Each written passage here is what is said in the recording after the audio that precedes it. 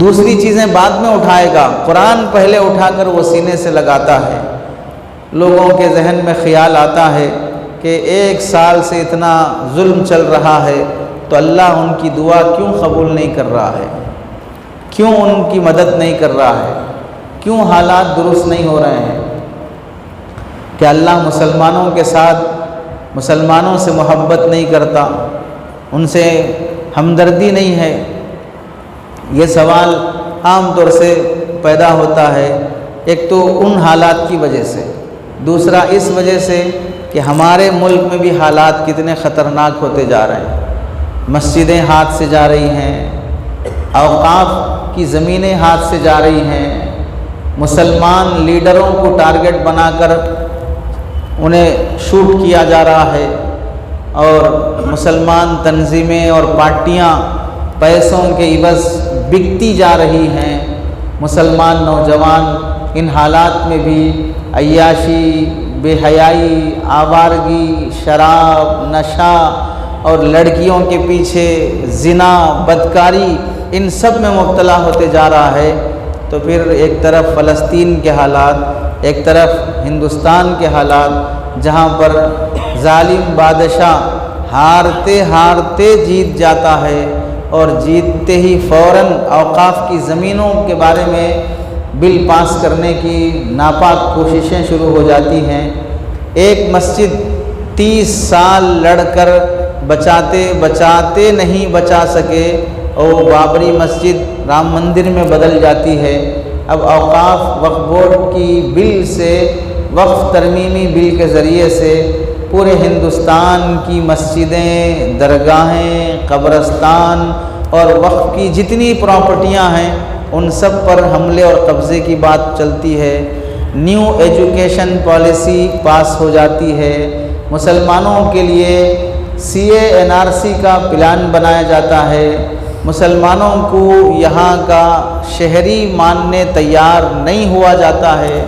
برملا بیانات میں خلاف بولنا، مسلمان لڑکیوں کو ٹارگٹ بنا کر محبت کے جال میں پھنسا کر انہیں یہاں سے بھگوا لو ٹراپ کے ذریعے سے مسلمان لڑکی کو کوئی غیر شادی کر کے لے جاتا ہے، 6 مہینے، 8 مہینے، 1 سال اس کے ساتھ عیاشی کرتا ہے، پھر اس مسلمان لڑکی کی لاش کہیں ریلوے ٹریک پر پائی جاتی ہے، اس مسلمان لڑکی کے ٹکڑے کہیں کنویں میں پائے جاتے ہیں، اس مسلمان لڑکی کو گرینڈر میں پیس کر اس کا خیمہ کر کے فریج میں رکھ دیتا ہے، اس مسلمان لڑکی کا گھر میں گلا کاٹ کر بھاگ جاتا ہے۔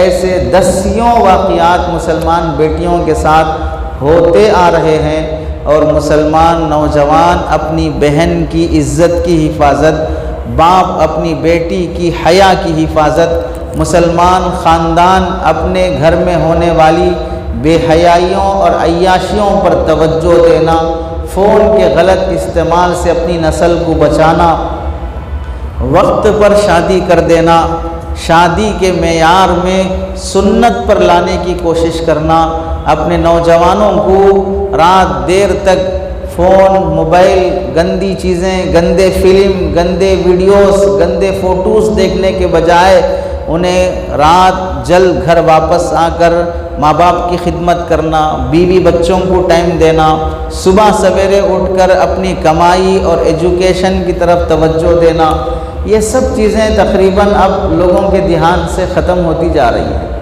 ہر شخص اپنی زندگی میں ایک آزاد لاپرواہ، جس سے نہ سماج کا ڈر ہے، نہ خاندان کا ڈر ہے، نہ سوسائٹی کا ڈر ہے، نہ اللہ رب العزت کا ڈر ہے، ایسے بے پرواہ ہو کے جی رہا ہے، تو سوال ہوتا ہے کہ اللہ تعالیٰ مسلمانوں کی مدد کیوں نہیں کر رہا ہے؟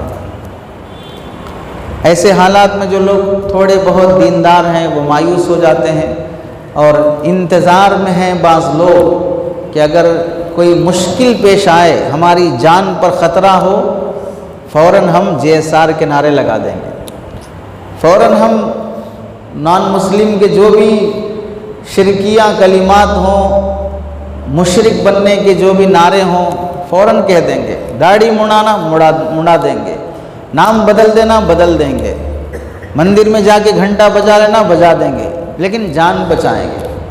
تو بعض لوگ ایسے ڈرے ہوئے ہیں کہ جان بچانا اب ضروری ہے، اس لیے ایمان ہاتھ سے جائے تو جائے لیکن جان بچائیں گے۔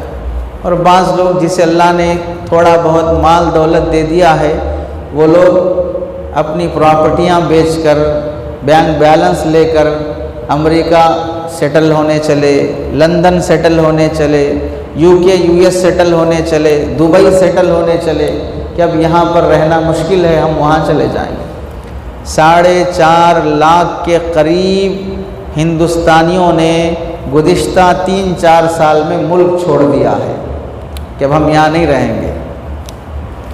بعض لوگ اس فکر میں بھی ہیں اور یہ سوچتے ہیں کہ ملک چھوڑ کے چلے جائیں گے تو سکون سے جی لیں گے۔ ہم یہ کہتے ہیں ملک چھوڑ کے جاؤ گے دوسرے ملک میں تو اس ملک کی مصیبتوں سے بچ جاؤ گے، لیکن کیا حضرت اسرائیل سے بھی بچ جاؤ گے؟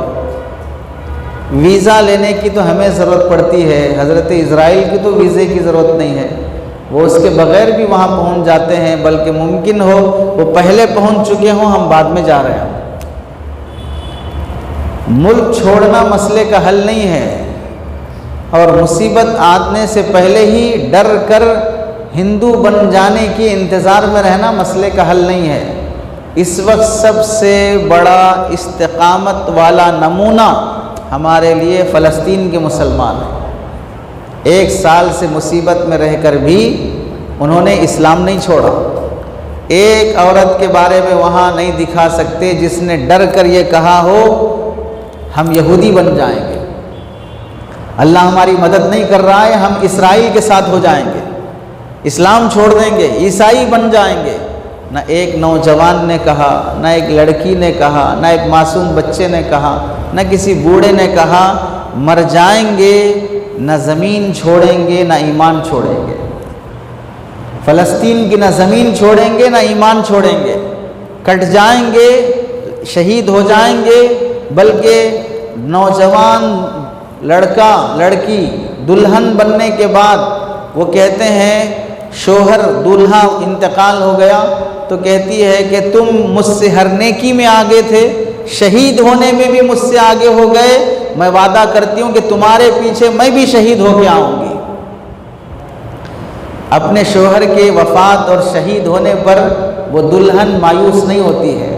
4 بچوں کی ماں، شوہر شہید ہو گیا تو شوہر کی ناش پر کھڑے ہو کر کہتی ہے تم نے اپنے بچوں کی بھی تربیت صحیح کی، میرے بھی حق پورے ادا کیے، ہم سے پہلے تم جنت میں جا رہے ہو، میں وعدہ کرتی ہوں کہ تمہارے پیچھے تمہارے بچے بھی شہید ہوں گے، میں بھی شہید ہو کر ہم سب جنت میں تمہارے ساتھ رہیں گے۔ جان دینے کے جذبے، شہید ہونے پہ فخر کرنا، موت سے نہیں ڈرنا، اسی وجہ سے اب آپ بتائیں جن لوگوں کے ذہن میں خیال آتا ہے اللہ ایسے حالات کیوں لا رہے ہیں، پہلا سوال یہ ہے حالات مردہ قوموں پر آتے ہیں یا زندہ قوموں پہ آتے ہیں؟ حالات کس پہ آتے ہیں؟ مردہ قوموں پہ اللہ حالات نہیں لاتے، جو قوم زندہ ہے حالات اس پہ آتے ہیں۔ ہمیں گاڑی لے کر ٹرافک میں چلنا ہے تو ہمیں خود ٹرافک سے راستہ بنا کے چلنا پڑتا ہے یا میں آ رہا ہوں یہ دیکھ کر لوگ راستہ دے دیتے ہیں؟ ہمیں راستہ بنا کے چلنا پڑتا ہے۔ لیکن اگر کوئی جنازہ راستے میں آئے تو جنازے کو راستہ بنانا پڑتا ہے، لوگ خود بخود ہٹ جاتے ہیں، بھئی جنازہ آ رہا راستہ دو۔ پتہ کیا چلا زندوں کو راستے بنانے پڑتے ہیں، مردوں کے لیے راستے خالی رہتے ہیں۔ یہ قوم زندہ ہے، اس واسطے اس پر حالات آتے ہیں۔ مسلمان ابھی بھی زندہ ہے، اگرچہ کہ غفلت کی چادر تنی ہوئی ہے۔ دوسری قومیں یہ زندہ ہوتے ہوئے بھی مر چکی ہیں، ان پر حالات کی ضرورت نہیں ہے، اس وجہ سے کہ جو اللہ کا باغی بن چکا ہے، دشمن بن چکا ہے، اب اسے جتنا بھی مصیبتیں آئیں اس سے کوئی فرق پڑنے والا نہیں ہے، مرنے کے بعد سیدھے جہنم ہے۔ مسلمانوں پر حالات لا کر انہیں استقامت سے جمع کر پھر انہیں مضبوط ایمان والا بنا کر انہیں اس پٹنے والی شہید ہونے والی قوم کے ذریعے سے اللہ تعالیٰ اسلام کو مضبوط کرتے ہیں۔ کیسے؟ وہ اس طرح 1 سال سے ظلم ہم اور آپ لوگ دیکھ رہے ہیں یا نہیں دیکھ رہے ہیں؟ نہیں دیکھ رہے ہیں۔ تو جب شروع ہوئی تھی جنگ 7 اکتوبر 2023 جب شروع ہوئی تھی تو اس کے بعد علماء نے ہم لوگوں سے کیا درخواست کی تھی؟ بہت سی باتیں درخواست میں آئی تھی، تو ایک بات اس میں سے کیا آئی؟ اسرائیلی پروڈکٹس کا بائیکاٹ کرو، کول ڈرنکس مت پیو، پیپسی کوکو کولا مت پیو، میکڈونلڈ کا چکن مت کھاؤ، KFC ہرگز مت جاؤ۔ یہ علماء نے درخواست کی یا نہیں کی؟ کیونکہ اس بزنس کا 40% پروفٹ وہ اسرائیل کو جاتا ہے، اس سے ہتھیار خریدے جاتے ہیں اور مسلمانوں کو مارا جا رہا ہے۔ اس واسطے آپ اسرائیلی پروڈکٹس کا بائیکاٹ کرو جس کی ہمیں ضرورت نہیں ہے۔ کتنے مسلمانوں نے کیا؟ کتنے مسلمانوں نے کیا؟ اب جو مسلمان اسرائیل کا سپورٹ اس کے پروڈکٹس کے ذریعے سے کر رہا ہے، اس مسلمان کو یہ حق ہے اور یہ سوال پوچھنے کا اختیار ہے کہ اللہ حالات کیوں لا رہے ہیں؟ جو اسرائیل کا چیلا بنا ہوا ہے، اسرائیل کے تلوے چاٹ رہا ہے، اپنی دکان پر اسرائیلی پروڈکٹس بیچ رہا ہے، اور جب علماء نے منع کیا تو کہتے ہیں کہ اب ہم خرید لیے ہیں، ہم کیا کریں، ہمارا نقصان ہوگا، ہم یہاں بیچنا بند کر دیں گے، پینا بند کر دیں گے، تو پھر کیا وہاں ان پر ظلم رک جائے گا، بند ہو جائے گا؟ تو ہم پوچھتے ہیں اللہ کے بھائی بندے، آخر تم کس طریقے سے اپنے مظلوم مسلمانوں کی مدد کرنا چاہتے ہو؟ کیا کرنا چاہتے ہو آخر؟ دور رہنے والا یہاں سے ویزا لے کر جا کے اسرائیل سے لڑ سکتا ہے، ملے گا آپ کو ویزا جا کے لڑنے کے لیے؟ یہاں رہ کر تم کیا کر سکتے ہو اپنے بھائیوں کی مدد کے لیے؟ اسے ہم نے سمجھایا تھا علماء نے کہ اگر تمہاری گلی میں کوئی دکاندار ایسا ہے جس نے تمہارے بیٹے کا مرڈر کر دیا، کوئی دکاندار ایسا ہے جس نے تمہارے باپ کا مرڈر کر دیا، کوئی دکاندار ایسا ہے کہ جس نے کسی کی بہن کا ریپ کر دیا، اب معلوم ہو گیا دلائل سے، رپورٹ سے کہ فلاں ایویڈنس سے معلوم ہو گیا کہ فلاں دکاندار نے میرے بیٹے کا قتل کیا، میرے باپ کا قتل کیا، میری بہن کا ریپ کیا ہے، تو اب ہم کہتے ہیں کہ اب تم اس دکاندار کا کچھ بگاڑ نہیں سکتے، کم از کم اس دکاندار سے بائیکاٹ کر لو، آئندہ سے اس کی دکان سے کچھ نہیں خریدیں گے۔ اتنا تو سمجھ میں آیا؟ تو ہم یہی بولنا چاہ رہے تھے اللہ کے بندوں کہ جن ظالموں نے ہمارے مسلمان فلسطینیوں کے بچوں کو مارا، ان کی بہنوں کے ساتھ بدتمیزی کی ہے، ان کی دکانداری سے، ان کے پروڈکٹس کو بیچنے سے بند کر دو، رک جاؤ۔ سمجھ میں کیوں نہیں آیا؟ اس واسطے نہیں آیا، وہ دور کی بہن ہے، یہ میری سگی بہن ہے، اس کا ریپ ہوا تو بند کر دوں گا، ان کا ریپ ہوا تو میں کہیں کو بند کروں گا۔ وہ میرے دور کے مسلمان بھائی بیٹے ہیں، ان کا اگر مرڈر ہوا، شہید ہوئے تو میں کیوں بند کروں گا؟ میرے قریب کے بھائی بہنوں کا مرڈر ہوتا تب میں بند کرتا۔ تو معلوم ہوا ہم نے خود ایک مسلمان ہونے کا حق ادا نہیں کیا، تو پھر اللہ سے سوال کریں گے کہ اللہ کیوں حالات لا رہے ہیں؟ اپنی ذمہ داری پورا کرنا یہ ہم پر پہلے ضروری ہے، یا اللہ سے پوچھنے چلے کہ اللہ ایسے حالات کیوں لا رہے ہیں؟ دنیا میری اور آپ کی ہے یا اس کی ہے؟ کس نے بنایا؟ کون چلا رہا ہے؟ اسے نہیں معلوم فلسطین میں کیا ہو رہا ہے، اسے نہیں معلوم غزہ میں کیا ہو رہا ہے، اسے نہیں معلوم کتنا ظلم ہو رہا ہے۔ مجھ میں اور آپ میں فلسطین کے مسلمانوں سے رحم میرے اندر زیادہ ہے یا فلسطین کے مسلمانوں پر اللہ زیادہ رحم کرنے والے ہیں؟ رحم کا مادہ کس کے اندر سب سے زیادہ ہے؟ تو پھر اسی اللہ سے سوال کریں گے ہم کہ اللہ آپ کیوں ایسے حالات لا رہے ہیں؟ اور میں اپنی ذمہ داری پوری نہیں کروں گا۔ جب میں دیکھ رہا ہوں کہ فلسطین کے مسلمان ان حالات میں ایک نماز نہیں چھوڑتے ہیں، اور میں فجر کی نماز میں کبھی حاضر نہیں ہوا، میں عشاء کی نماز میں کبھی حاضر نہیں ہوا، وہ ان حالات میں بھی نماز نہیں چھوڑتے ہیں، اور میں اتنا بے نمازی بنا بیٹھا ہوں، 1 سال کا ظلم دیکھنے کے بعد بھی مجھے نماز کی توفیق نہیں ملی ہے، میں اب اس اللہ سے پوچھنے چلا ہوں کہ یہ حالات کیوں آ رہے ہیں۔ دوسری بات ہمیں یہ سمجھنا ہے، زندگی میں جیتنا اور ہارنا کسے کہتے ہیں؟ جب جنگ ہوتی ہے تو ایک ہارتا ہے ایک جیتتا ہے۔ جب میدان میں گیمز کھیلے جاتے ہیں تو پھر اس صورت میں ایک ٹیم جیتتی ہے ایک ٹیم ہارتی ہے، تو یہ جیتنا اور ہارنا کسے کہتے ہیں؟ آپ مسجد میں بیٹھے ہیں، اللہ نہ کرے کوئی درندے قسم کے لوگ آ گئے اور انہوں نے بندوق چلانی شروع کر دی، لوگوں کو شہید کر دیا، پھر اس کے بعد جھنڈا لے کر اپنے خاص کلر کا نعرے لگانے لگے کہ ہم جیت گئے۔ یہ جیتنا ہے یا یہ ظلم ہے؟ اسے جیتنا کہیں گے یا ظلم کہیں گے؟ اسے کبھی جیتنا نہیں کہیں گے۔ جو معصوم بچے ہیں، عورتیں ہیں، بوڑھے ہیں، انہیں اللہ کے نبی نے جنگ میں بھی شہید کرنے، تلوار سے مارنے کی اجازت نہیں دی ہے۔ وہ کھانا کھانے والے معصوم بچے، سوئے ہوئے معصوم بچے، ہاسپٹل میں علاج کے لیے ایڈمٹ ہوئے معصوم بچوں پر بم اور میزائل برسا کے تم مار دیتے ہو، اور پھر جھنڈا لہرا کے کہتے ہو کہ ہم 1 سال سے یہاں پر لڑ رہے ہیں، کسی کی ہمت نہیں ہے کہ ہمیں ہرا سکے۔ یہ جیتنا ہوا یا ظلم ہوا؟ تو پھر ظالم کے بارے میں کیسے سوچتے ہو کہ بھئی وہ اتنا پاور میں آ رہا ہے؟ نہیں، وہ اتنا ظلم کر رہا ہے، وہ پاور میں نہیں آ رہا ہے۔ اسی وجہ سے پوری دنیا میں اسلام ابھی بھی پھیل رہا ہے۔ فلسطین کے مظلوم مسلمانوں کی استقامت دیکھ کر کئی UK US کے نان مسلم لوگ اسلام قبول کر رہے ہیں۔ آخر کیا وجہ ہے کہ اتنا مصیبت اور پریشانیاں آنے کے بعد بھی یہ لوگ اسلام نہیں چھوڑ رہے ہیں؟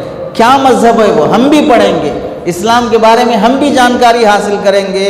ان کی مظلومیت کو دیکھ کر وہ اسلام کا مطالعہ کرتے ہیں، اسلام کی حقیقت سمجھ میں آتی ہے اور اسلام قبول کرتے ہیں۔ پتہ چلا ظلم ایک جگہ پہ ہو رہا ہے، لیکن ان مظلوموں اور ان شہیدوں کی برکت سے اللہ دوسری جگہ اسلام پھیلانے کے فیصلے فرما رہے ہیں۔ تیسری بات، حضرت حسین اور حضرت حسین رضی اللہ تعالیٰ عنہ اور یزید کی آپس میں جنگ ہوئی۔ شہید کون ہوئے؟ حضرت حسین۔ اور اس موقع پر جنگ میں فتح اور کامیابی جو حاصل کر لیا کون؟ یزید۔ تو اب بتائیے جیتا کون؟ یزید جیتا یا حضرت حسین جیتے؟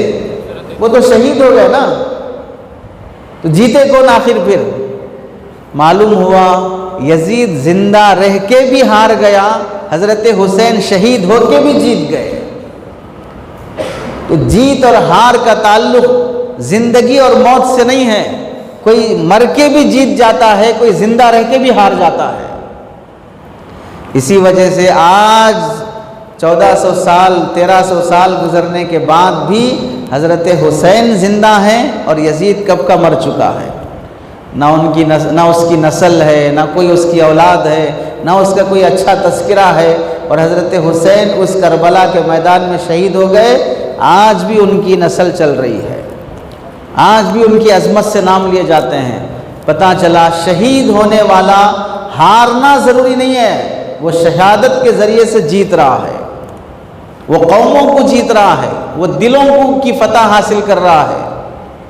تو ظلم اگر ہو رہا ہے تو یہ نہیں سوچنا چاہیے کہ جو ظلم کر رہا ہے وہ جیت رہا ہے، نہیں، ظالم ہار رہا ہے، اور جو شہید ہو رہا ہے وہ جیت رہا ہے۔ چوتھی بات ہمیں یہ سمجھنا چاہیے پہلے یہ طے کرو کہ ظالم کون ہے اور مظلوم کون ہے۔ ظالم کون ہے اور مظلوم کون ہے؟ ظالم اسرائیل ہے، مظلوم فلسطینی ہے۔ اور کیا ظالم بھی کبھی جیت سکتا ہے؟ ظالم کو کبھی کامیابی ملتی ہے؟ کامیابی کا مطلب یہ ہے کہ جیتنے کے بعد خوشی ہونا، جیتنے کے بعد لوگوں کی تعریف ہونا۔ آپ کا بچہ گیم کھیلنے گیا، کرکٹ کھیلنے گیا، ٹیم میں جیت کے آیا تو پھر اس کی آؤ بھگت ہوتی ہے، تعریف ہوتی ہے، لوگ ہاتھوں میں اٹھا لیتے ہیں۔ اب بتائیے اسرائیل کی کتنے لوگ تعریف کر رہے ہیں؟ کتنے کنٹریز اسرائیل کی تعریف کر رہے ہیں؟ اور ہارنے والے کو تانے دیتے ہیں نا، ہار گیا، کھیلنا نہیں آیا۔ تو پھر بتائیے فلسطینیوں کو کتنے لوگ تانے دے رہے ہیں؟ معلوم ہوا یہ جیتنا نہیں ہے، یہ ظلم ہے، جہاں پر ظالم ظلم کر کے بھی پوری دنیا میں بدنام ہو رہا ہے، اور مظلوم شہید ہو کر پوری دنیا کے انسانوں کے دل میں جگہ پا رہا ہے۔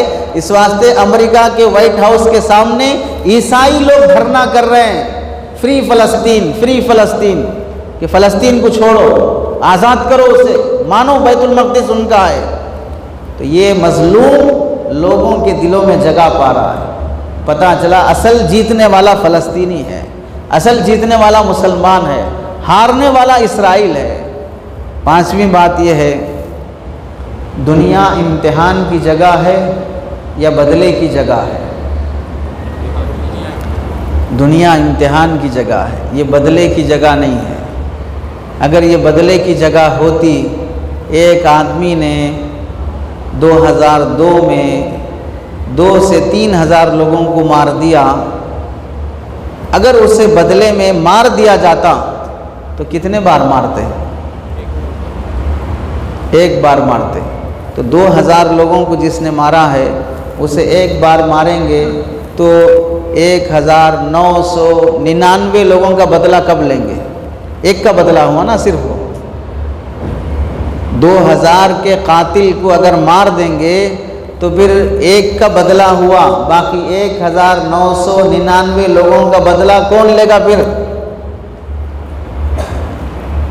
پتہ چلا دنیا بدلے کی جگہ نہیں ہے۔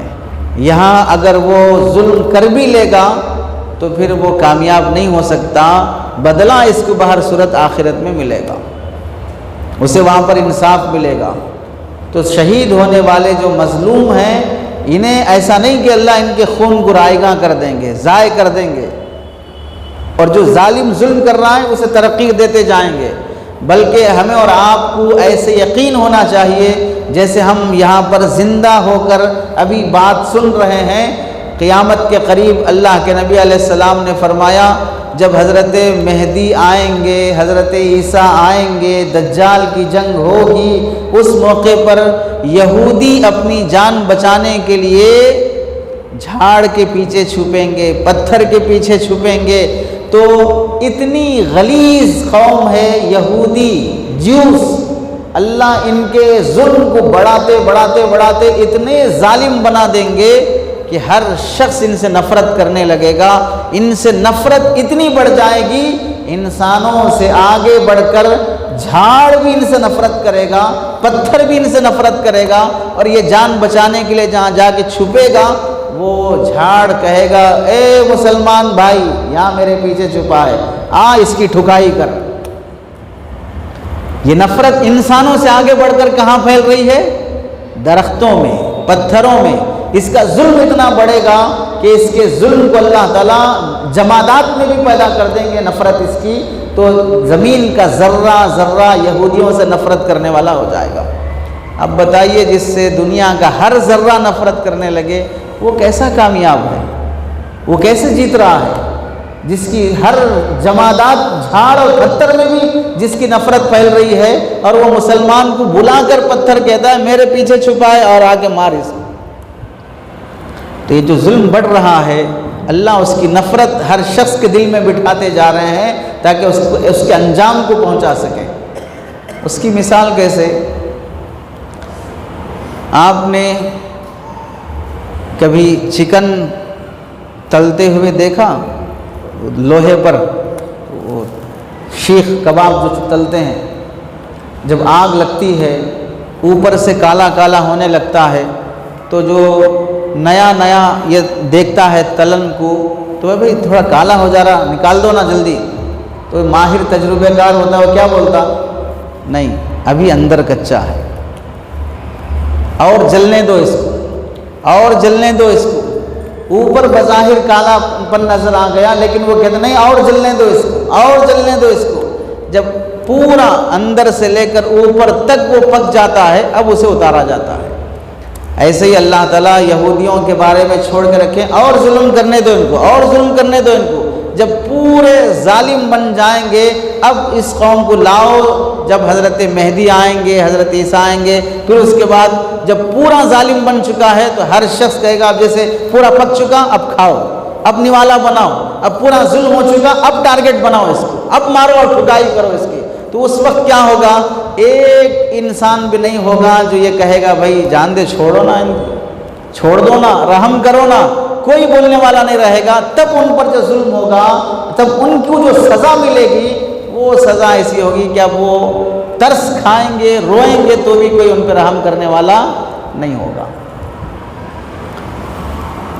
یہ ظالم کو ترقی دینا نہیں ہے، ظالم کو ڈھیل دینا ہے کہ جب اپنی انتہا کو پہنچ جائے تو ایسی سزا اور پکڑ دیں گے، اب ایک ایک کٹتا رہے گا، مرتا رہے گا، تو کوئی انسان نہیں کہے گا کہ بھئی یہودیوں پہ ظلم ہو رہا ہے، کوئی نہیں کہے گا، سب کا صحیح ہو رہا ہے، اچھا ہو رہا ہے، ہونا چاہیے۔ اس دن کا انتظار ہے اس ظلم کے نتیجے میں۔ اور ایک بات ہمیں یہ بھی سمجھنا چاہیے، اگر کسی سے غلطی ہو جائے، گلی میں دو لڑکے آپس میں لڑ رہے ہیں، ایک آپ کا بچہ ہے اور دوسرا پرائے کا بچہ ہے، تو آپ کون سے بچے کو ڈانٹیں گے اور تنبیہ کریں گے؟ کس کو ڈانٹیں گے، تنبیہ کریں گے؟ اپنے بچے کو کریں گے، کیونکہ آپ کو اپنے ڈی این اے سے پیار ہے، آپ اپنے ڈی این اے کو ویسٹ ہونے نہیں دیں گے، اپنا خون ہے، وہ باہر کا ہے، کیسے بھی رہتے، ہم کو کیا کرنا ہے، جہاں مرنا ہے مرن دو، یہ میرا ہے۔ یہ اگر بگڑ گیا، لڑائی جھگڑے والا ہو گیا، گالی گلوچ والا ہو گیا، تو پھر کل بڑا ہو کے میرا نام بدنام کر دے گا۔ تو جب اپنا اور پرایا لڑتے ہیں تو ہم عقل مند ہیں، تو اپنوں کو تنبیہ کرتے ہیں، ڈانٹتے ہیں، سنبھالتے ہیں کہ میرا کہیں ضائع نہ ہو جائے۔ ایسے ہی مسلمان محمد الرسول اللہ صلی اللہ علیہ وسلم کی برکت سے اللہ کا ہے۔ اللہ نے کیا فرمایا؟ اللہ ولی الذین آمنوا، اللہ ولی الذین آمنوا، اللہ مسلمانوں کے دوست ہیں، اللہ مسلمانوں سے محبت کرتے ہیں۔ اب ادھر بھی جھگڑا ادھر بھی جھگڑا، تو اللہ اس کو تنبیہ کرتے ہیں، تو سدھر جا، پہلے تو بگڑ گیا تو میرا نبی بدنام ہو جائے گا، کیسے مسلمان ہیں، کیسے امتی ہیں، کیسے خدا کے ماننے والے ہیں۔ تو اللہ مسلمانوں کو تنبیہ کرتے ہیں کہ تم اگر بگڑ گئے رسول اللہ بدنام ہوں گے تمہاری وجہ سے، تم اگر بگڑ گئے خدا کو لوگ تانے دیں گے کہ کیسے خدا کے ماننے والے ہیں، انہیں کوئی حکم نہیں ہے، کوئی ترتیب نہیں ہے، کوئی ڈھنگ نہیں ہے، کوئی اخلاق نہیں ہے، کوئی ایتھکس نہیں ہے، کوئی مینرز نہیں ہے، کوئی ڈھنگ زندگی گزارنے کا نہیں ہے۔ تو اللہ اپنوں کو سدھارتے ہیں تاکہ ان کی وجہ سے اللہ اور اس کا رسول بدنام نہ ہو، بلکہ ان کی وجہ سے اللہ اور اس کے رسول کا نام دنیا میں روشن ہو۔ اس واسطے ہم پر حالات ہمیں سدھارنے کے لیے ہے، مایوس ہونے کی خاطر نہیں ہے۔ اور ایک بات ہمیں یہ بھی سمجھنا ہے، آپ بتائیں بستر کی موت فضیلت والی ہے یا میدان جنگ کی شہادت کی موت فضیلت والی ہے؟ کون سی موت فضیلت والی ہے؟ بستر کی موت فضیلت والی ہے یا میدان جنگ کی شہادت کی موت فضیلت والی ہے؟ تو اگر فلسطین کے مسلمان شہید ہو رہے ہیں تو وہ فضیلت والا کام کر رہے ہیں، مایوسی والا کام نہیں کر رہے ہیں۔ وہ فضیلت والا کام کر رہے ہیں، مایوسی والا کام نہیں کر رہے ہیں۔ حضرت خالد بن ولید رضی اللہ تعالیٰ عنہ کی زندگی میں کے بارے میں لکھا ہے، میدان جنگ میں ایسے تلوار لے کر کود جاتے تھے، لوگوں کو ایسا لگتا تھا کہ انہیں موت کا خوف نہیں ہے، موت ان سے ڈر رہی ہے۔ انہیں موت کا خوف نہیں ہے، موت ان سے ڈر رہی ہے کہ ابھی ان کو لے جانے کا ٹائم نہیں آیا، یہ میرے پیچھے پڑے ہیں۔ حضرت خالد بن ولید رضی اللہ تعالیٰ عنہ جب بستر پر انتقال ہو رہے تھے، اس موقع پہ فرمایا، لوگوں تم بزدل ہوتے جا رہے ہو، میدان جنگ اور جہاد اللہ کے راستے میں شہید ہونے سے ڈرتے جا رہے ہو۔ اگر جنگ کے میدان میں جانے سے موت یقینی ہے تو خالد بن ولید کے جسم کا کوئی حصہ ایسا نہیں جہاں پر تلوار نہ لگی ہو، لیکن مجھے میدان جنگ میں شہادت نہیں ملی ہے اور میں بستر پہ جا رہا ہوں۔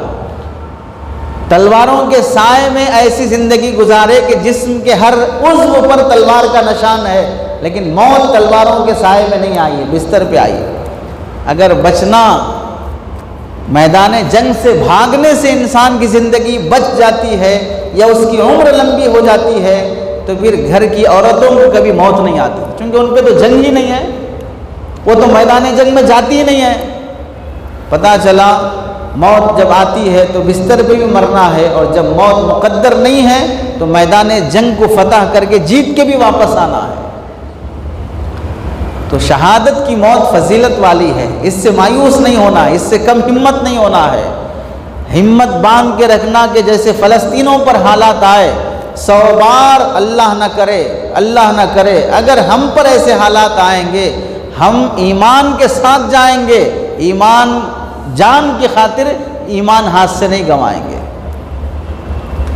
شہید ہو جائیں گے لیکن ایمان اپنے ہاتھ سے جانے نہیں دیں گے۔ اور ایک بات ہم بھی یہ سمجھیں، عروج اور زوال، کبھی ترقی کبھی زوال، یہ قوموں کے ساتھ لگا ہے، ہار جیت کا سلسلہ چلتے رہتا ہے، لیکن ہم سب جانتے ہیں آپ علیہ السلام نے فرمایا والعاقبۃ للمتقین، انجام رزلٹ جو ملتا ہے وہ مسلمانوں کو ملتا ہے۔ جنت کسے ملے گی؟ یہودیوں کو، عیسائیوں کو، کس کو ملے گی؟ انجام متقیوں کو اور مسلمانوں کو ہوتا ہے۔ تو پھر سمجھ لیں دنیا میں چاہے ایسے گزارے کہ ویسے گزارے، لیکن جب اللہ کے بارگاہ میں پہنچے تو صحیح رزلٹ جنت کا پروانہ ہم کو ملا۔ اب جتنے فلسطین کے مسلمان شہید ہو رہے ہیں وہ سب جنتی ہیں کہ نہیں ہیں؟ اور جتنے اسرائیل چاہے زندہ ہیں یا چاہے مر گئے وہ سب کہاں گئے؟ جہنم میں گئے۔ تو کامیاب کون ہوا؟ اللہ نے کیا فرمایا؟ فمن زحزح عن النار وادخل الجنۃ فقد فاز، جہنم سے بچا لیا، جنت میں بھیج دیا گیا، فقد فاز، کامیاب یہ شخص ہے۔ تو فلسطین کے مسلمان ناکام نہیں ہیں، وہ کامیاب ہیں۔ ناکامی کا خوف ہمیں لگا ہوا ہے کہ ہم ان کی ہمدردی میں ایک کولڈ ڈرنک چھوڑنے تیار نہیں ہیں، ہم کوکا کولا اور پیپسی چھوڑنے تیار نہیں ہیں، ہم میکڈونلڈ اور KFC چھوڑنے تیار نہیں ہیں۔ ڈر اس بات کا ہے کہ ہم کہیں بغیر کلمے کے نہ مر جائیں، ڈر اس بات کا ہے کہ ہم کہیں اللہ کی ناراضگی کے ساتھ نہ مر جائیں۔ اور ایک بات ہمیں یہ بھی سمجھنا چاہیے، اس وقت پوری دنیا میں کامیاب مذہب کون ہے؟ کون سا ہے؟ پوری دنیا میں کامیاب مذہب کون سا ہے؟ اسلام۔ اگرچہ کہ مسلمان مظلوم ہے، مسلمان بے عمل اور بد عمل ہے، مسلمان بد اخلاق ہے، لیکن پھر بھی کامیاب مذہب اسلام ہے۔ کیوں کامیاب مذہب اسلام ہے؟ 1400 سال سے لے کر اب تک بھی کہتے آ رہے ہیں، ایک آیت قرآن کی آیتوں میں سے بنا کر دکھا دو۔ بنایا آج تک کوئی چیلنج قبول کیا؟ نہیں۔ ایک بھی مذہب والا توحید پر آ کر ہم سے بحث کر لے، اللہ ایک ہے، اس کا کوئی شریک نہیں ہے، کسی بھی مذہب والے میں آج تک ایسی بات نہیں ہو سکی کہ وہ دلائل سے پروف کر سکے نہیں اللہ ایک سے زیادہ بھی ہو سکتے ہیں، آج تک کوئی چیلنج ایکسیپٹ نہیں کر سکا۔ رسالت رسول اللہ محمد صلی اللہ علیہ وسلم آخری نبی ہیں، آپ کے بعد کوئی نبی نہیں ہے، یہ مسلمانوں کا دعویٰ تھا اور ہے، آج تک کوئی اس دعوے کو باطل نہیں کر سکا۔ پتہ چلا اسلام اپنی سائیکالوجی کے حساب سے نمبر 1 ہے، کوئی اس کے دعووں کو آج تک نیچا نہیں کر سکا۔ اگر کوئی شخص اکنامک لحاظ سے پاور میں آ جائے، اگر کوئی شخص ملٹری کے لحاظ سے پاور میں آ جائے، لیکن کوئی شخص اپنے سوچ اور سائیکالوجیکل لیول پر پاور میں آ جائے تو پھر اس سے بڑا پاور کسی کا نہیں ہو سکتا ہے کہ ہماری سوچ اور ہمارے عقیدے کو آپ کبھی بگاڑ نہیں سکے۔ تو اسلام ابھی بھی نمبر 1 مذہب ہے پوری دنیا کا کہ اس کے چیلنجز کو کوئی بھی ایکسیپٹ کرنے کے لیے تیار نہیں ہے۔ سب لوگ مان پڑ جاتے ہیں کہ نہیں، توحید کے بارے میں ہم بحث نہیں کر سکتے، رسالت کے بارے میں ہم بحث نہیں کر سکتے، قرآن کا ہم بدل لا کر نہیں دکھا سکتے۔ اور ایک بات ہمیں یہ بھی سمجھنا ہے، اصول رولز فالو کرنا کامیابی ہے یا رولز بریک کرنا کامیابی ہے؟ رولز فالو کرنا کامیابی ہے یا رولز بریک کرنا کامیابی ہے؟ ایک اچھا شہری، آپ کو گاڑی چلانے کے اصول بیان کیے گئے، ایسے چلو ایسے مت چلو، اب جو رولز ہیں اسے فالو کرنے والا کامیاب انسان ہے یا رولز بریک کرنے والا کامیاب انسان ہے؟ بتاؤ، جنگ کرنے کے بھی رولز ہیں کہ نہیں ہیں؟ کسی سے لڑنے کے بھی رولز ہیں نہیں ہیں؟ ایک ملک دوسری کنٹری سے اگر جنگ کرے گا تو اس کے کیا لیمٹس ہوں گے، اس کے کیا رائٹس ہوں گے، یہ رولز ہیں کہ نہیں ہیں جنگوں کے؟ اب جو اسرائیل فلسطین کے ساتھ لڑ رہا ہے، جنگ کر رہا ہے، وہ رولز بریک کر رہا کہ نہیں کر رہا ہے؟ اور رولز بریک کرنے والا کامیاب ہے کہ ناکام ہے؟ تو پھر ناکام آدمی، ناکام قوم، ناکام کنٹری، اس کے بارے میں ہم سوچ رہے ہیں بھئی وہ اتنا پاور میں آ رہا ہے۔ نہیں، پاور میں نہیں آ رہا ہے، رولز بریک کر کے ناکام ہو رہا ہو، پوری دنیا کی نظر میں ذلیل ہو رہا ہے۔ 2-4 دن پہلے کے اخبار میں کیا پڑھا آپ لوگوں نے؟ کیا ہوا نتن یاہو کے ساتھ؟ ملک چھوڑنے پہ مجبور،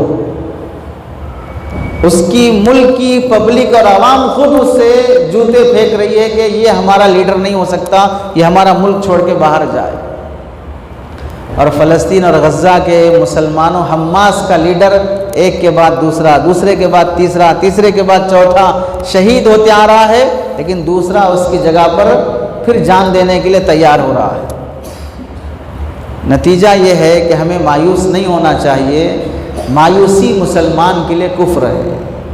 مسلمان کو ہمیشہ پر امید رہنا ہے اور ہمیں ماضی کی تاریخ کو پڑھنا چاہیے کہ ماضی میں اللہ نے قوموں کا عروج اور زوال کیسے لایا۔ اس کی ایک مثال، سعودیہ عرب میں ریاض ایک سعودیہ کا کیپٹل سٹی ہے، آپ سب لوگ جانتے ہیں۔ وہاں پر سن 2000 میں ایک میٹنگ ہوئی تھی، جامعۃ الامام محمد بن سعود، ایک مدرسہ، اس میں ایک بڑے عالم ہیں استاذ الدکتور غلول النجار، اس وقت زندہ تھے، باحیات تھے، یہ سعودیہ میں مقیم تھے۔ امریکی فوج، چونکہ سعودیہ کی فوج میں امریکہ کے فوجی بھی ہیں، ان کے اپنے ملک کے فوجی نہیں رکھ سکے، ایسے بزدل اور بے ہمت لوگ بن گئے، تو ان امریکی فوجیوں کو جمع کر کے اسلام کا انٹروڈکشن کرایا جانے لگا، تو اس میں ایک امریکی پائلٹ تھا، وہ اسلام قبول کر لیا۔ اور آپ کے لیے بڑی خوشی کی بات یہ ہے کہ مسلم کنٹریز میں اسلام کا تعارف کرانے کے لیے الدعوہ والارشاد کے نام سے وہاں پر مختلف سینٹرز چلتے ہیں۔ مہینے میں ایک بار ان کی کنٹریز میں جو بھی ادر کنٹریز کے لوگ رہتے ہیں، ودیسی، انہیں وہ لوگ اجنبی کہتے ہیں، عربی زبان میں ادر کنٹریز کے رہنے والے لوگوں کو وہ لوگ اجنبی کہتے ہیں۔ تو ان کو جمع کرتے ہیں اور اسلام کا تعارف ان کے سامنے پیش کرتے ہیں۔ تو ایک شخص اس میں اسلام قبول کیا جو امریکہ کا تھا اور پائلٹ تھا۔ 1 سال کے بعد پھر جب وہی پروگرام ہوا تو اس امریکی پائلٹ جس نے اسلام قبول کیا تو اس سے پوچھا گیا کہ بھئی آپ کیوں اسلام قبول کیے؟ تو وہ کہنے لگا میں عیسائی مذہب کا بہت بڑا اسکالر ہوں، عیسائی مذہب کی کتابیں میں پڑھا ہوں۔ وہ کہتا ہے کہ میں نے 500 کتابیں پڑھی ہیں ہر مذہب سے متعلق، اسلام کیا ہے، یہودی کیا ہے، عیسائیت کیا ہے، کرسچنس کیا ہے، 500 کتابیں میں نے پڑھی ہیں، اور میں نے 100 چرچوں کا دورہ کیا، اس چرچ میں جا کے 2-3 دن گزارا، اس چرچ میں جا کے 2-3 دن گزارا، لیکن کسی مذہب کی کتاب پڑھنے کے بعد میں سیٹسفائیڈ نہیں ہوا، اور کسی چرچ میں زندگی گزارنے کے بعد مجھے سکون نہیں ملا۔ اسلام قبول کرنے کے بعد اور مسلمانوں کی قرآن اور حدیث پڑھنے کے بعد جو مجھے سکون ملا ہے وہ کسی اور کتاب میں مجھے نہیں ملا۔ اس کے بعد جب میں مسلمان ہوا تو میں اپنے دوستوں کو اسلام کے بارے میں بتانے لگا۔ الحمدللہ 1 سال میں نے اپنی محنت سے 2000 لوگوں کو اسلام قبول کروایا۔ اللہ کام لینے پہ آئے، ایک نان مسلم اسلام لا کر پھر وہ 2000 لوگوں کو اسلام قبول کرانے کا ذریعہ بنتا ہے۔ تو آپ بتائیں اسلام پسپا ہو رہا ہے یا اسلام ترقی پر ہے؟ اور ہم دوسری بات یہ سمجھیں، ہندوستان میں کوئی آرگنائزیشن ایسا ہے یا کوئی تنظیم ایسی ہے جو مستقل نان مسلمز کو اسلام میں داخل کرانے کی محنت کر رہی ہو؟ آپ میں سے کسی کے ذہن میں کسی بھی تنظیم کا نام ہے کہ فلاں تنظیم نان مسلم کو اسلام بناتی ہے؟ بمشکل آپ لوگ جانتے ہوں گے، بھئی مولانا کلیم صدیقی صاحب تھے، وہ کام کرتے تھے، ناحق ان پر دھرم پریورتن کا کیس یہ کر کے اندر کر دیا گیا۔ کوئی آدمی چھپے چھپائے کسی کو اسلام کے بارے میں بتا دیا، اسلام قبول کر لیے۔ اس طرح اسلام میں کوئی آ رہا ہے، مستقل ایک بڑا کوئی آرگنائزیشن ہو، کوئی بڑی تنظیم اور ٹیم ہو جو ہر گاؤں میں جا کر وہ لوگ ہر مندر میں جا کر ہر چرچ میں جا کر اسلام میں لانے کی محنت کر رہے ہیں، ایسا کسی کے علم میں ہے؟ نہیں ہے۔ پتہ کیا چلا، ہم کو غیر مسلموں میں جیسا کام کرنا ہے ویسا ہم لوگ نہیں کر رہے ہیں۔ ٹھیک، آگے مجھے کیا کہنا ہے، ہم محنت نہیں کر رہے ہیں اسلام میں کسی کو لانے کی، تب بھی اللہ کا کرم اتنا ہے کہ روزانہ کوئی نہ کوئی اسلام قبول کر رہا ہے۔ اگر ہم محنت شروع کر دیں تو پھر اسلام قبول کرنے کا عالم کیا ہوگا؟ ہم نہیں کر رہے ہیں، پھر بھی اللہ کا کرم ہے کہ خود سے اسلام کے بارے میں پڑھ کر جو لوگ آ رہے ہیں ان کی تعداد ہی الحمدللہ قابل اطمینان ہے۔ اگر محنت ہوگی تو کتنا بڑا کام ہوگا۔ لیکن افسوس یہ ہے ہم کسی باہر والے کو اندر لانے کی محنت کیا کرتے، ہم اندر والوں کو بچانے کی کوشش نہیں کر رہے ہیں، ہم اپنے مسلمان بیٹیوں کو بچانے کی کوشش نہیں کر رہے ہیں، نوجوانوں کو بچانے کی کوشش نہیں کر رہے ہیں۔ ہر آئے دن مسجد کے سامنے، مسجد کے بازو، مسجد کے پیچھے مسلمان گھر کی بیٹی غیر کے ساتھ بھاگ جاتی ہے۔ اب بتائیے، اللہ کے گھر کے 5 وقت کی اذان جس کے گھر میں پہنچتی ہو، اس کے دل میں کلمہ لا الہ الا اللہ نہیں پہنچا، اس گھر کی بیٹی غیر کے ساتھ بھاگ رہی ہے، تو پھر یہ مسجدیں، یہ اذانیں اور ہماری دین کی محنتیں ہماری پڑوس کی کسی بیٹی کو پکا مسلمان نہیں بنا سکی، تو ہم کس قدر غفلت کی زندگی جی رہے ہیں اور کس قدر خوش فہمی میں جی رہے ہیں کہ کام ہو رہا ہے، دین کا کام ہو رہا ہے، خوش فہمی میں جی رہے ہیں آپ۔ ہمیں جیسے ہر گھر کی بیٹی کو حضرت عائشہ جیسا ایمان بنانا تھا، ہر گھر کی بیٹی کو حضرت فاطمہ جیسا ایمان بنانا تھا، ان جیسی حیا اور پاک دامنی دینی چاہیے تھی، ہم وہ کیا دیتے، کم از کم اس زمانے کا ادنا درجے کا صحیح مسلمان بھی نہیں بنا سکے، ماں باپ خاندان سب مسلمان ہے، اس کے باوجود بھی وہ غیر کے ساتھ بھاگ جاتی ہے۔ اس وقت ذمہ داری ہماری بڑھ جاتی ہے کہ ہمیں کیسی محنت کرنا چاہیے، مایوس نہیں ہونا چاہیے کہ حالات کیا چل رہے ہیں، مصیبتیں کیسی آ رہی ہیں۔ دوسری مثال دیکھیں، ترکی میں ایک مسجد ہے جس کا نام ہے آیا صوفیہ۔ مسجد کا نام کیا ہے؟ آیا صوفیہ ایک مسجد ہے۔ یہ مسجد دراصل بازنطینی دور میں ایک سلطنت گزری ہے بازنطینیوں کی، جیسے مغلوں کی حکومت، نوابوں کی حکومت، ایسے غوریوں کی حکومت، یہاں پر جیسے مغل غوری اس طرح کے بادشاہ گزرے ہیں، ویسے ترکی میں ایک بازنطینی سلطنت گزری ہے۔ اس دور میں یہ آیا صوفیہ مسجد کتنی بڑی ہے کہ ایک سال میں اس مسجد کا وزٹ کرنے کے لیے 30 لاکھ لوگ جاتے ہیں۔ کتنے لوگ؟ 30 لاکھ لوگ اسے تفریح کرنے کے لیے، دیکھنے کے لیے جاتے ہیں۔ 2019 میں 38 لاکھ لوگ ترکی کی آیا صوفیہ مسجد دیکھنے کے لیے گئے تھے۔ تو بازنطینی دور میں وہ مسجد عیسائیوں کا چرچ تھا اصل۔ کتنے سال چرچ رہا؟ 900 سال تک وہ چرچ رہا۔ کتنے سال؟ 900 سال وہ چرچ رہا۔ پھر 900 سال کے بعد جب وہاں پر اس تاریخی مسجد میں 900 سال کے بعد عثمانیہ خلافت جب آئی، خلافت عثمانیہ جب آئی، اس زمانے میں سلطان عبدالحمید جو خلافت عثمانیہ کے بڑے اہم خلیفہ گزرے ہیں، اس بازنطینی 900 سالہ چرچ کو خرید کر مسجد کی شکل میں بنایا۔ پہلے کیا تھا؟ چرچ۔ پھر کیا ہوا؟ مسجد بنی۔ مسجد کتنے سال رہی؟ 500 سال تک مسجد رہی۔ کتنے سو سال تک؟ 500 سال تک مسجد رہی۔ 500 سال کے بعد جب خلافت عثمانیہ ختم ہوئی تو اس کے بعد ایک خبیث فطرت کا بادشاہ ترکی میں آیا جس کا نام ہے کمال اتا ترک۔ اس نے ترکی میں بہت ظلم کیا۔ ان مظالم میں سے ایک ظلم اس نے اس آیا صوفیہ مسجد کو میوزیم میں بدل دیا۔ مسجد کو کیا کیا؟ میوزیم میں بدل دیا۔ اب جو لوگ 500 سال سے مسجد دیکھتے آئے ہیں، جب وہ میوزیم میں بدل رہی ہے تو ان کے دل پہ کیا گزرا ہوگا؟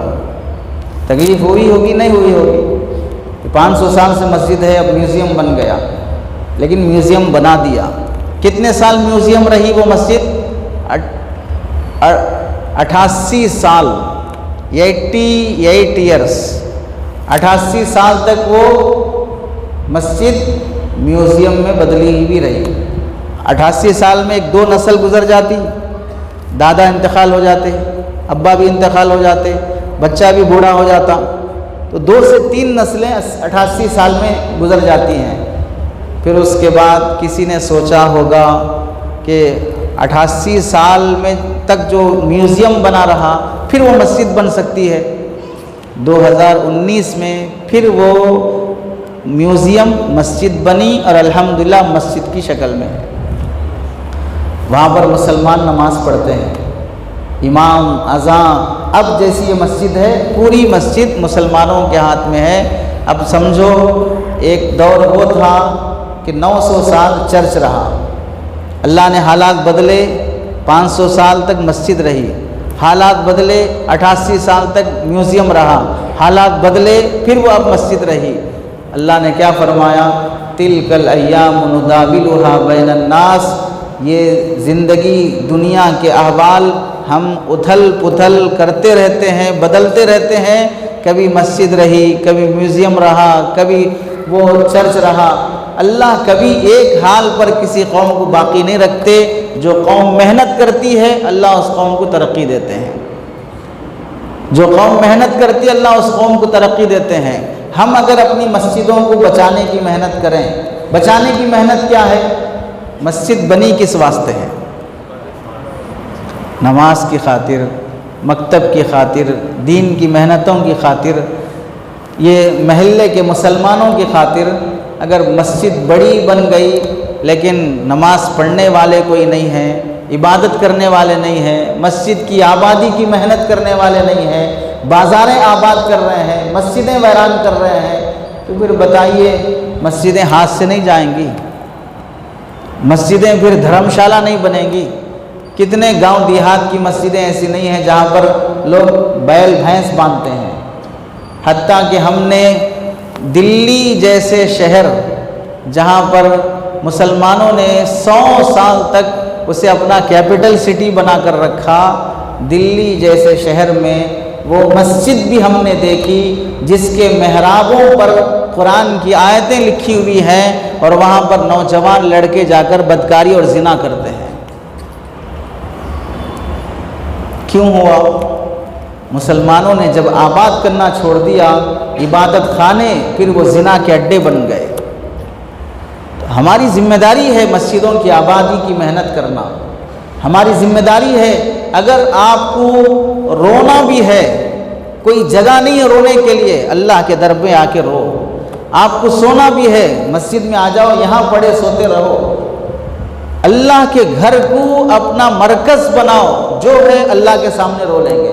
لوگ اپنا غم ہلکا کرنے کے لیے شراب خانہ جاتے ہیں، غم ہلکا کرنے کے لیے لڑکی سے محبت کر رہا تھا، لو فیل ہو گیا، لڑکی سے محبت کر رہا تھا، وہ کسی اور کے ساتھ بھاگ گئی، دل ٹوٹ گیا، تو اب دل کا بوجھ ہلکا کرنے کے لیے سگریٹ، گٹکا، تمباکو، نشہ، ہیروئن، ان سب چیزوں کی لت کے بجائے دل کا غم بھی ہلکا کرنا ہو، یہاں پر آ جاؤ، لیلا کی محبت سے دل ٹوٹ جائے، مولا کی محبت پانے کے لیے در پہ آ جاؤ، اللہ اس سے بہتر بدل دے دیں گے۔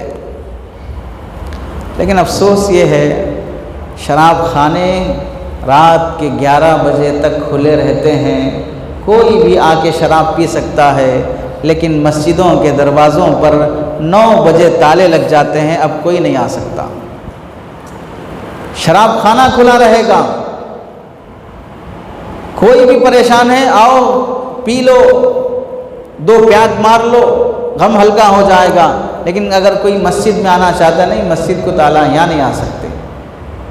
تو جو قوم شراب خانے کھلی رکھے اور مسجدوں پہ تالے لگا دے، تو پھر اس قوم کے توبہ کرنے والوں کے لیے کوئی جگہ نہیں رہتی ہے سوائے اڈوں کے۔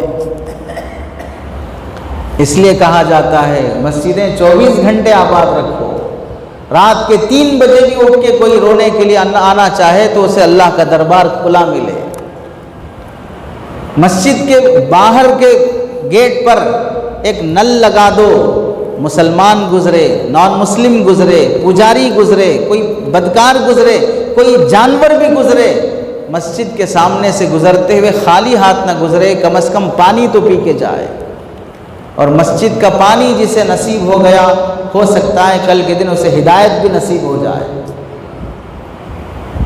اور ہم کیا سوچتے ہیں، مسجد کیا تمہارے ہگنے موتنے کے واسطے ہے، مسجد کیا تمہارے سونے کے واسطے ہے، مسجد کیا تمہارے ٹانگ پھیلا کے رہنے واسطے ہے، یہ تانے دے کر ہم آنے والوں کو بھگا دیتے ہیں۔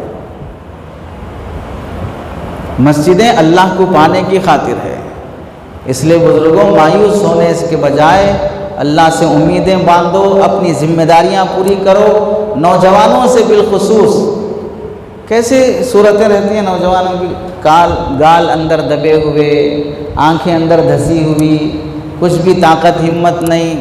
کیوں؟ سگریٹ، گٹکا، تمباکو، موبائل میں گندے ویڈیوز، رات دیر تک جاگتے رہنا۔ شادی کے بعد افسوس کے ساتھ لڑکیاں 6 مہینے 8 مہینے 1 سال گزر گیا، قاضی صاحب کے پاس کھلا دلا دو مجھے، کیوں؟ نامرد ہے، میں نہیں رہوں گی اس کے ساتھ۔ کیا کر رہا تھا شادی سے پہلے؟ عیاشی کی زندگی، آوارگی کی زندگی، رشتے نہیں جم رہے ہیں، طلاق کے قصے کم ہو گئے، خلا طلاق کے قصے بڑھ گئے۔ اب مرد چھوڑنا نہیں چاہ رہا، عورتیں چھوڑ کے جانا چاہ رہے ہیں۔ اس سے افسوسناک بات کیا ہوگی؟